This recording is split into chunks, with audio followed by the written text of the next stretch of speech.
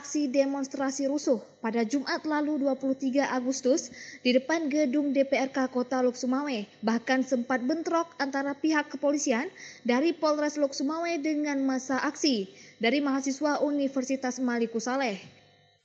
Menurut Muhammad Muhaimin, selaku koordinator lapangan, ada 15 mahasiswa yang terluka, 3 harus dirawat, dan saat ini 1 orang yang masih dirawat di Rumah Sakit Cut Mutia Lok Sumawe dan harus dirujuk ke Banda Aceh karena pinggangnya terlindas ban mobil milik pendemo.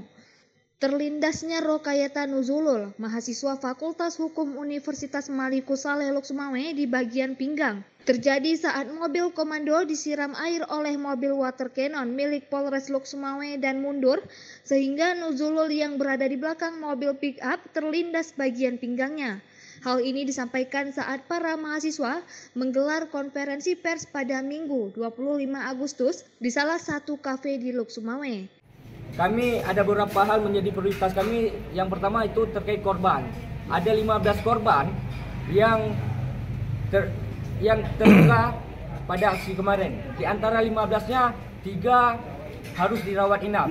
Pada hari ini tinggal 1 yang dirawat inap di RS Cut Mutia dan akan dirujuk ke Banda Aceh pada esok harinya. Itu yang dirujuk ke Banda Aceh itu kenapa?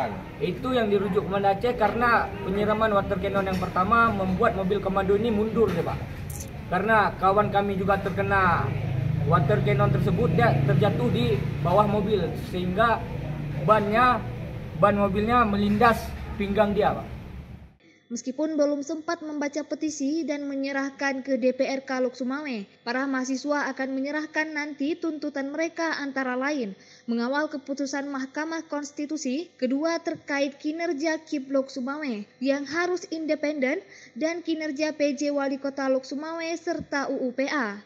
Dari Lok Sumawe, Denny Muhtadi melaporkan untuk Puja TV Aceh.